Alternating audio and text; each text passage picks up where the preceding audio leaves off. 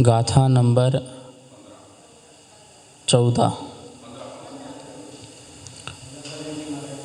15 तो आज चलेगी, 14 चल रही थी। तो 14 में अपन ने एक चीज़ देखा था कि आत्मा को जो श्रद्धान करता है, अवध्य पुट्ठ अनन्यम नियदम अविशेषम असंयुक्तम, आत्म स्वभाव ना तो बंधा हुआ है और ना ही उसे छुआ जा सकता है, इसलिए अबद्ध पुट्ठम है। आत्म स्वभाव अपने से अभिन्न है, इसलिए अनन्य है।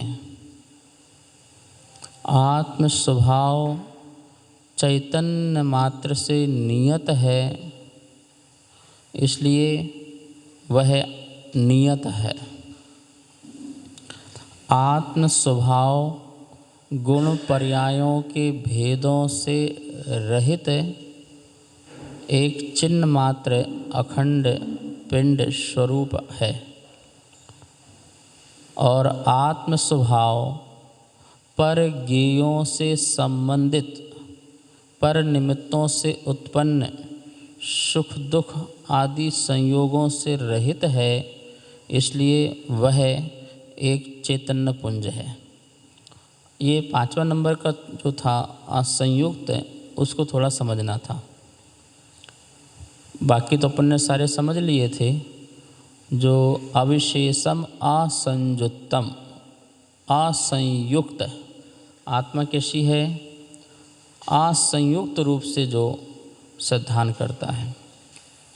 कर्मों के निमित्त से उत्पन्न हुए संयोगों से जो आत्मा को नहीं जानता है, नहीं श्रद्धान करता है, अपितु उन संयोगों से भिन्न परे होकर के आत्मा का स्वभाव जानता है, वह शुद्ध आत्मा है।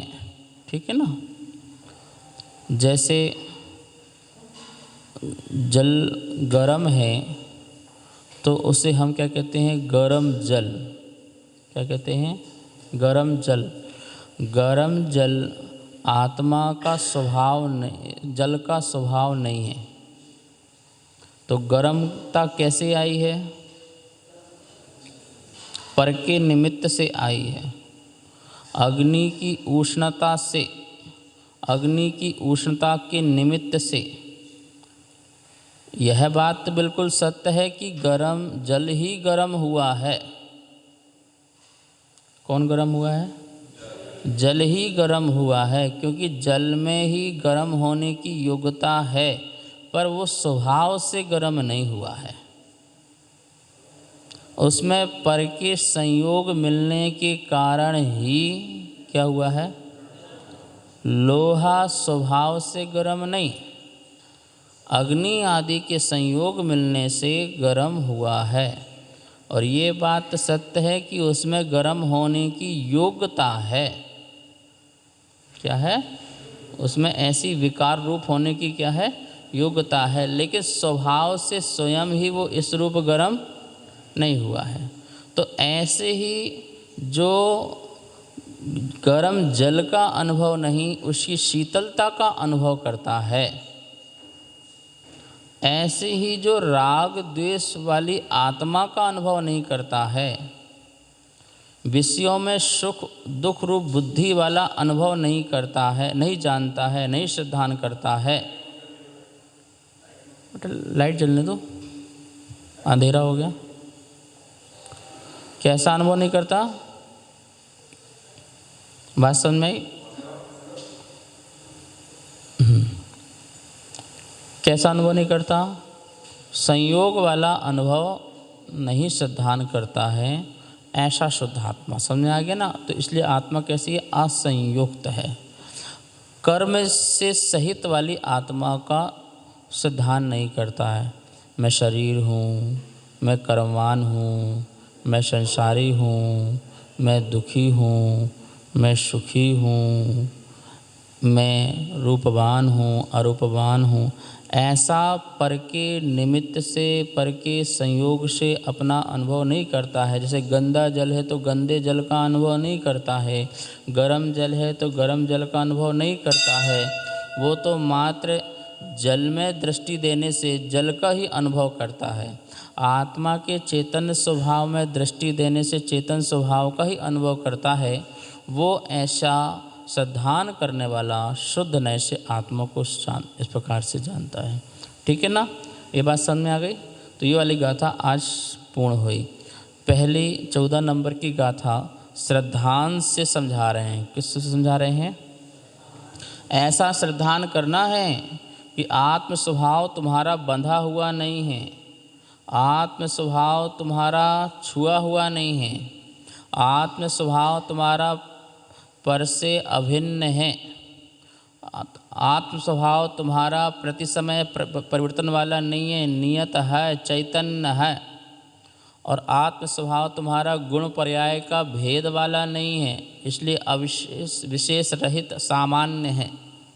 और आत्म स्वभाव तुम्हारा पर के संयोग से उत्पन्न वाला नहीं है, ऐसा असंयुक्त है, ऐसा शुद्ध नय का विषय है, ऐसा जो श्रद्धान करता है सो सम्यक दृष्टि। अब आगे वाली 15 नंबर की गाथा चलते हैं। इसी बात को सम्यक ज्ञान से समझा रहे हैं। किससे समझा रहे हैं? गाथा अपन को लगेगी बिल्कुल एक सी है, पर यहाँ पर ऊपर वाली गाथा में श्रद्धान से समझाया कि ऐसा ही श्रद्धान करना। और नीचे वाली गाथा में क्या है कि ऐसा ही जानना। जो पश्यति अपारम अबद्धपुट्ठम अनन्यमविशेषम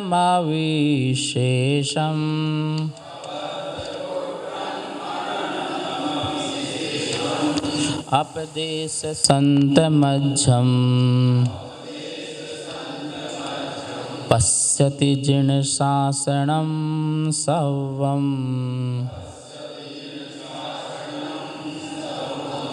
बोलिए, जो पश्यति अपारम अबद्धपुट्ठम अनन्यमविशेषम अवशेष संतमज्झम।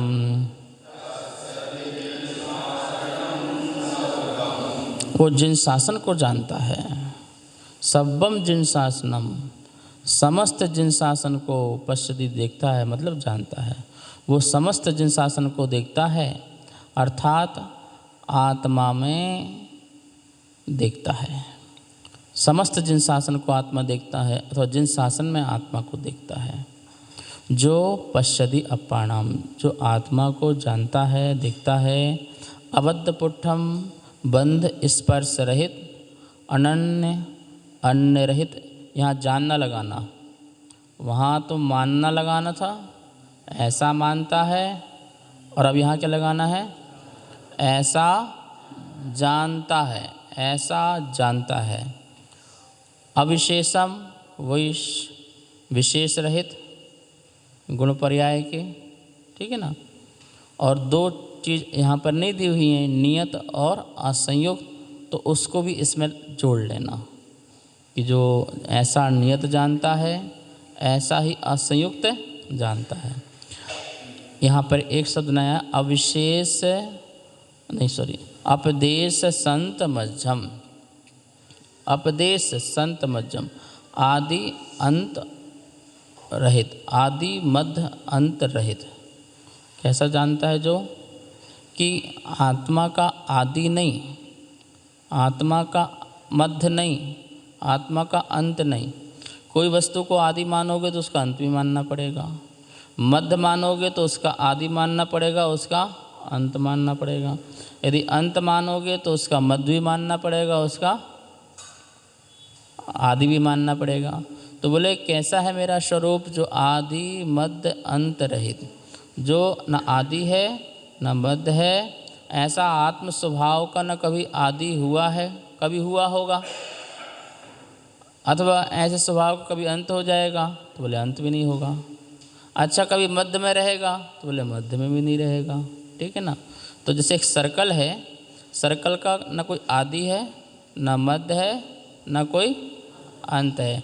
ऐसे मेरे चैतन्य स्वभाव का न आदि है, न मध्य है, न अंत, ऐसा जानता है, ऐसा भाव श्रुत ज्ञान से जानता है। बोले वह समस्त किसको जानता है? जिन शासन को जानता है। बात यहाँ ये कहना चाह रहे हैं कि अभी हम जो जानते हैं वो पर गे से मिश्रित रूप ज्ञान को जानते हैं। कैसे जानते हैं? अभी हमारा जो ज्ञान है वो पर से मिश्रित ज्ञान है, जो असली ज्ञान है वो ज्ञान नहीं है। इसलिए भ्रम के बहुत जाल हैं, भ्रम की गुंजाइश बहुत हैं पर को मिश्रित रूप से जानने पर, और उसको बिल्कुल भिन्न जानने से कोई भ्रम नहीं है। जैसे पकौड़ी खाते हैं, कैसी लगती है भैया? अच्छी लगती है ना, ठीक है ना। तो हम पकौड़ी के स्वाद को स्वाद रूप में लेते हैं और उसमें नमक का भी स्वाद लेते हैं, नमक का भी स्वाद मानते हैं, ठीक है ना। लेकिन नमक का स्वाद मानते हुए भी पकौड़ी का ही स्वाद लेते हैं। किसका स्वाद लेते हैं? पकौड़ी बहुत अच्छी बनी थी, पकौड़ी बढ़िया बनी थी, पकौड़ी बड़ी स्वादिष्ट थी।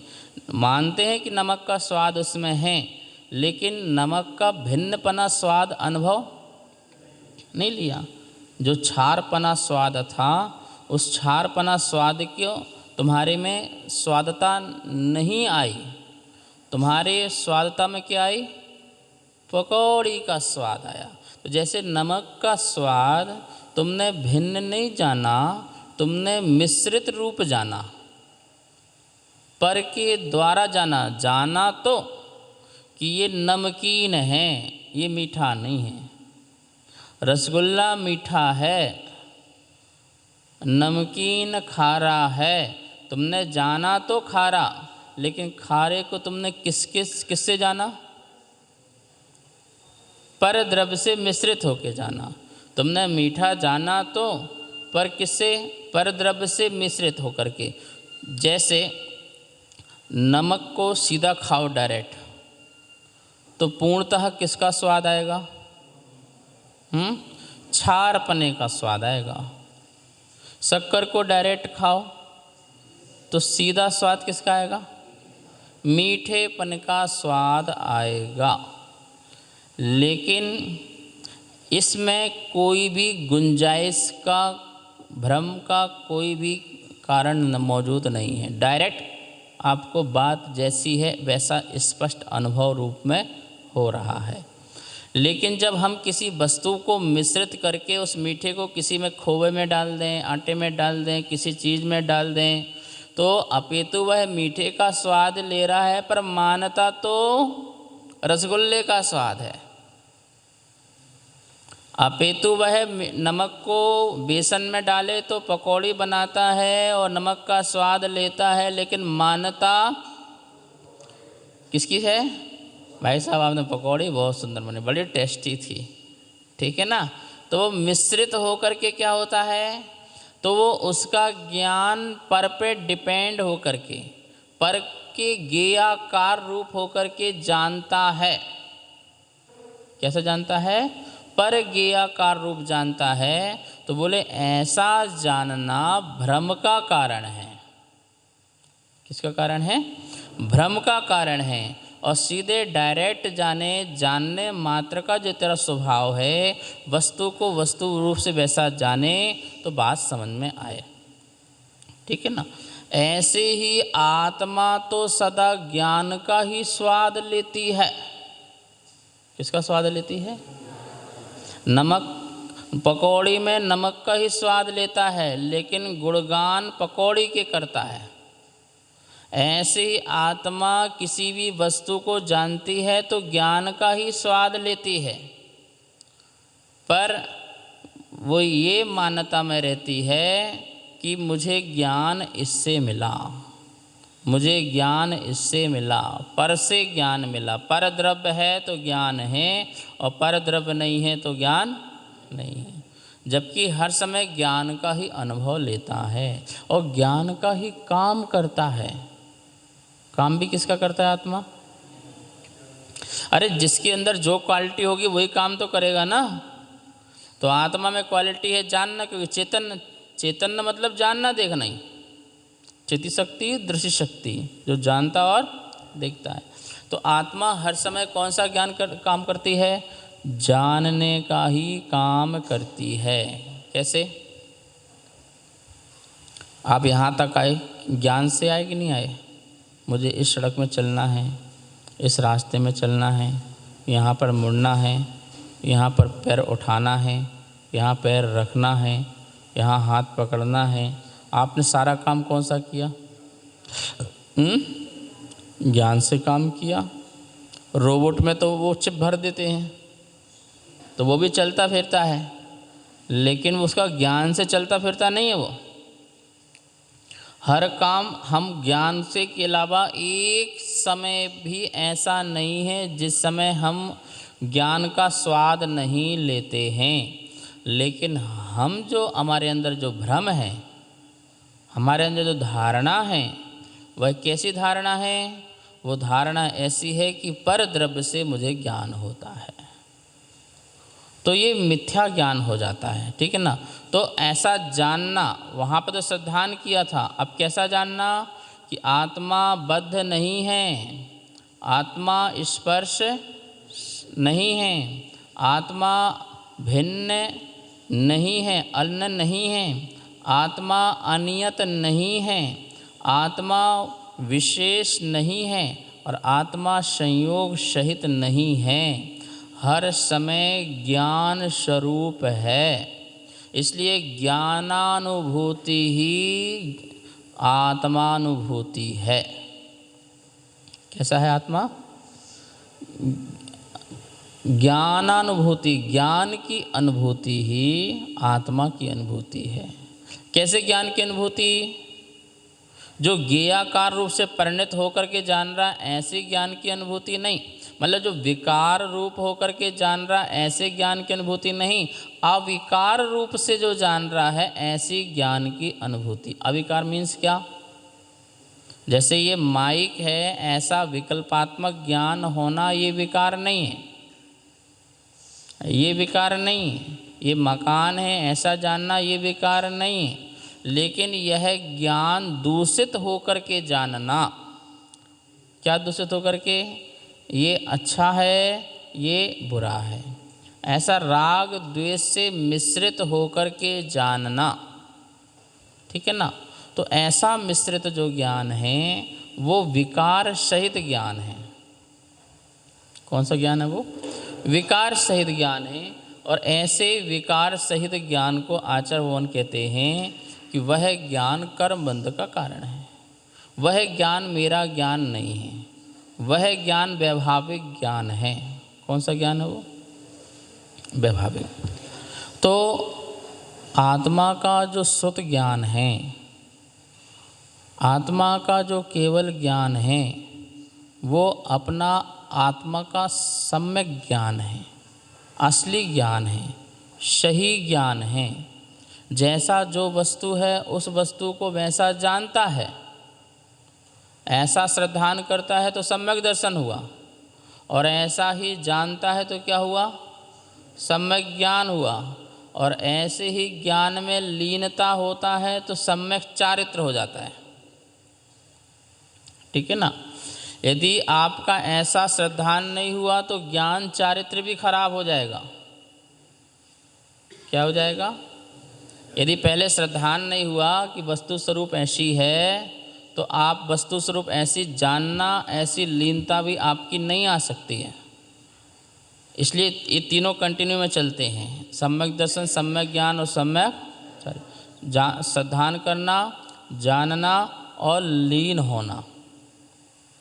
एक चीज़ बिगड़ती है शुरू की तो ज्ञान और चारित्र भी सारा बिगड़ जाता है। किसी व्यक्ति के प्रति आपकी श्रद्धा खत्म हो जाए, ये व्यक्ति ऐसा है, तो 10 लोग भी समझाएं तो फिर तुम्हें नहीं समझ में आएगा।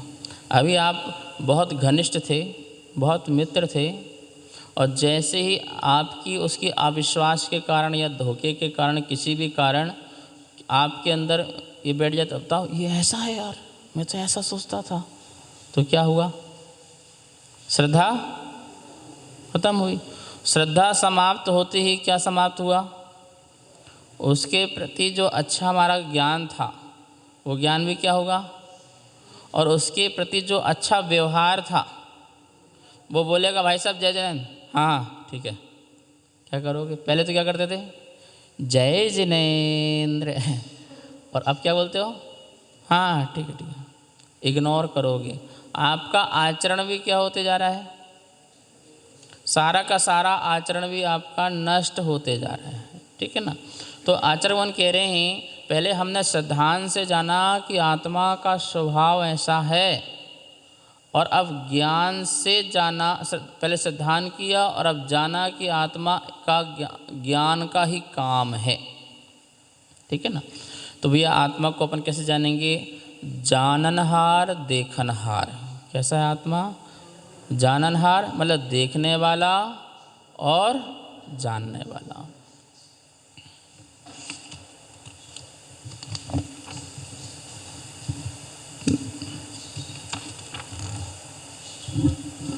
एक लाइन पढ़ता हूँ।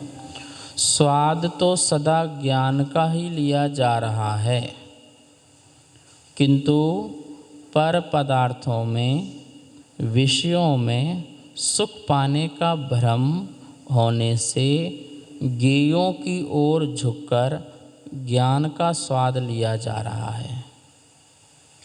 कितनी सुंदर बात कही कि स्वाद तो सदा ज्ञान का ही लिया जा रहा है। ये माइक है, ये मकान है, ये घर है, ये प्रधान है, ये मंत्री है, ये है, तो जानने का काम ही तो किया जा रहा है ना। तो स्वाद तो आत्मा किसका ले रहा है? ज्ञान का ही लिया जा रहा है। किंतु अब यहाँ पर किंतु पर पदार्थों में, किसमें? अपने आत्मा को छोड़ करके सभी कैसे हैं? पर पदार्थ हैं। या विषयों में, विषय मीन्स आँख से जो देखने में आता है, कान से जो सुनने में आता है, घ्राण से जो सूंघने में आता है, जिह्वा से जो रस में आता है, और छूने आदि से, उठाने आदि से, हल्का भारी गर्म आदि का जो होता है स्पर्श इंद्रिय का, ये जो विषय हैं, इन विषयों में सुख पाने का, क्या पाने का? सुख पाने का भ्रम होने से। क्या पाने का? जैसे पंखा चले तो पंखा चलने से मुझे सुख मिलता है, ऐसा भ्रम। रसगुल्ला खाने से मुझे भैया बड़ा आनंद मिलता है, ऐसा भ्रम। ऐसा पहनने से, ऐसा ओढ़ने से, ऐसा स्थान जाने से, ऐसे गद्दे में लेटने से, मुलायम गद्दे में लेटने से, मतलब जो भी चीज़ें हैं, तो पांचों इंद्रिय के जो विषय हैं, उस विषयों में सुख पाने का भ्रम होने से। क्या होने से? बताइए, सुख नाम का गुण किस में है? रसगुल्ले में है कि आत्मा में है? पहले ये डिसाइड करो। क्या करो? ये प्लेट ऐसा करो, हाथ करो, ऐसा मत करो। एक प्लेट बनाओ, उसमें 3 रसगुल्ले रखो, ठीक है? 2 तुम खा लेना, किसी को खिला देना, तो ठीक है। रसगुल्ले रख लिया, ठीक है ना। अब बताओ, सुख रसगुल्ले में है कि सुख गुण तुम्हारे में है?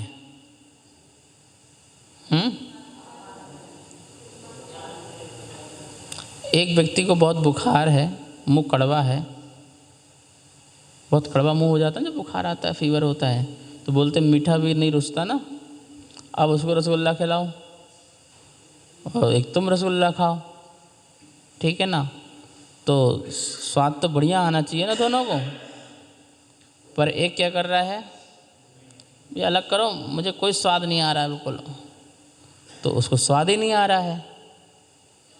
और एक को बढ़िया मज़े मज़े लेकर के स्वाद बढ़िया खा रहा है। तो बताओ, सुख किस में था?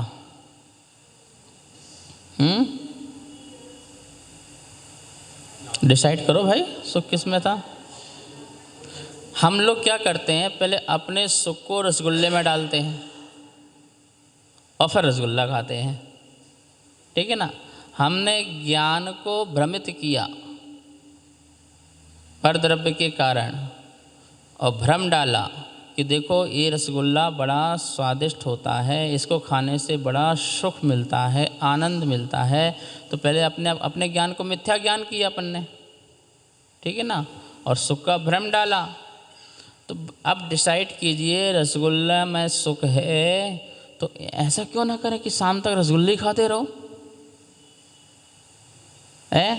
1 2 4 5 10 50 100 बोलो, मिलेगा सुख है। क्या हो जाओगे।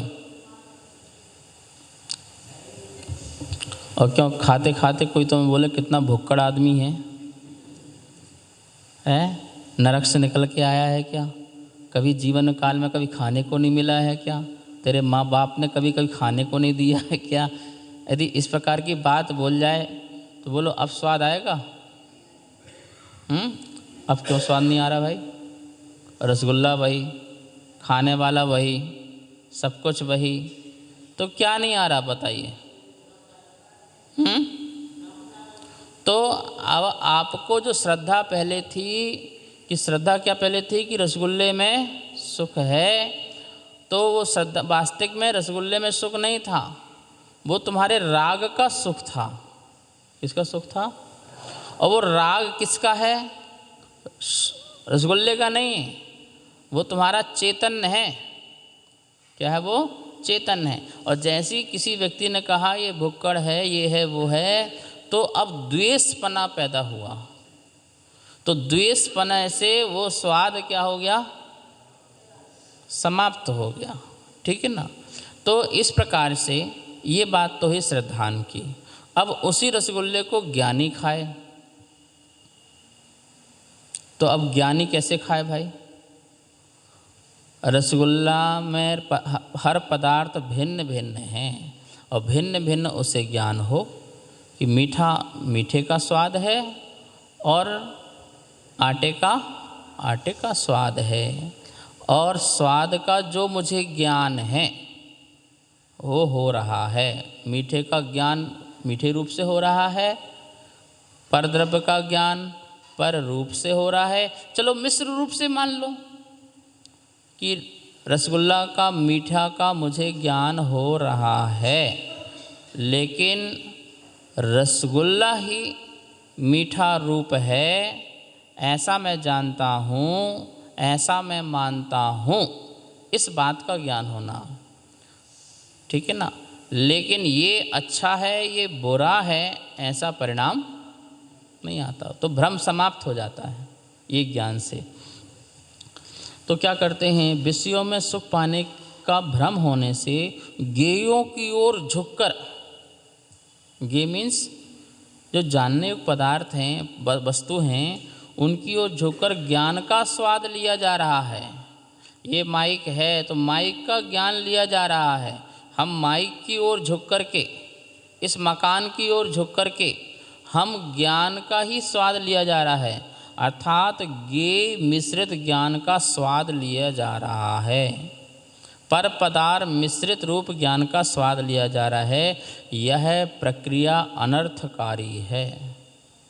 अतः इस तत्व को जानकर सर्व पर ज्ञेयों की उपेक्षा करके, पर का ख्याल छोड़ करके मात्र ज्ञान स्वरूप का ज्ञान रख के केवल ज्ञान का ही स्वाद लेना चाहिए। अब केवल ज्ञानी किस में रम रहे हैं, किसको जान रहे हैं, आत्मा को जान रहे हैं। तो आत्मा को जानने में पर पदार्थ भी जानने में आ रहा है। क्या जानने आ रहा है, जैसे मान लो कि मैं इनको जान, रोशन लाल जी, तो रोशन लाल जी के पास मेरी आत्मा जाकर के जान रही है क्या, या रोशन लाल जी मेरे पास आकर के मैं उनको जान रहा हूँ क्या, ऐसा हो रहा है क्या। रोशन लाल अपने स्थान पर हैं, मैं अपने स्थान पर हूँ, तो आत्मा को ये तो जान रहा हूँ, मेरा परिणमन इनमें हो रहा है क्या, इनमें नहीं हो रहा है ना। ये निमित्त बनकर के मेरा परिणमन मुझ में ही हो रहा है। तो जानने का परिणमन किस में हो रहा है? मुझ में ही हो रहा है, पर में नहीं हो रहा है। इस तथ्य को जानने वाला श्रुत ज्ञानी है, इस तथ्य को जानने वाला सम्यक ज्ञानी है। और आचार्य कहते हैं कि ऐसा जानने वाला ही आत्मा को जानता है, और ऐसा ज्ञान को ही आत्मा कहते हैं। तो इसलिए बोलते हैं नाणम अपमाणम, कि जो ज्ञान है वही आत्मा है, और जो आत्मा है वही ज्ञान है। ये भिन्न भिन्न दो वस्तुएं नहीं हैं। तो इस प्रकार से हमें यह श्लोक, जो ये गाथा है, सम्यक ज्ञान से आत्मा को ऐसा जानता है, और पिछले नंबर की गाथा में सम्यक श्रद्धान से आत्मा को ऐसा जानता है। दो बात से हमें समझाने की यहाँ पर व्यवस्था की।